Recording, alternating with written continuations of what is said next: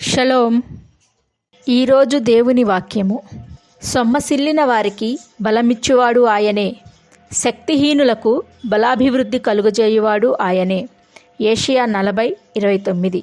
ఒకవేళ నువ్వు ఈరోజు నీ చుట్టూ ఉన్న పరిస్థితులను బట్టి, అనారోగ్యాన్ని బట్టి, అప్పులను బట్టి, ఆర్థిక ఇబ్బందులను బట్టి, కోర్టు సమస్యలను బట్టి, దేనిని బట్టైనా సొమ్మసిల్లిపోయి ఉన్నావా?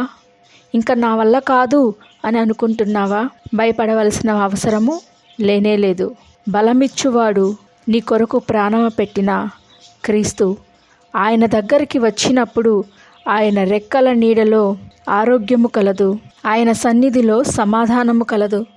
అలసిన వారికి బలమిచ్చువాడు ఆయనే. నీ సమస్య ఏదైనప్పటికీ అది నీకు కష్టతరంగా అనిపించవచ్చు, కానీ దేవాది దేవునికి అది కష్టము కాదు.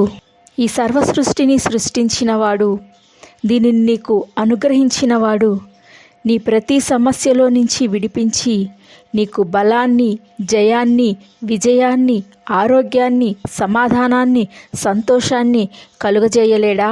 విశ్వసించి సమస్యల వైపు కాక ఆయన వైపు చూడటం నేర్చుకుంటే నీకు బలాన్నిచ్చేవాడు, అభివృద్ధినిచ్చేవాడు, శక్తినిచ్చేవాడు ఆయనే.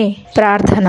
దేవా, ఈ మాటలు విన్నవారి హృదయంలో ఇవి ఫలించునట్లు, ఆశీర్వాదాన్ని స్వతంత్రించుకొని నీ నామమునకు మహిమకరంగా జీవించినట్లు సహాయము చేయమని యేసు శక్తి కలిగిన నామమున అడిగి వేడుకొనుచున్నాను తండ్రి. ఆమెన్.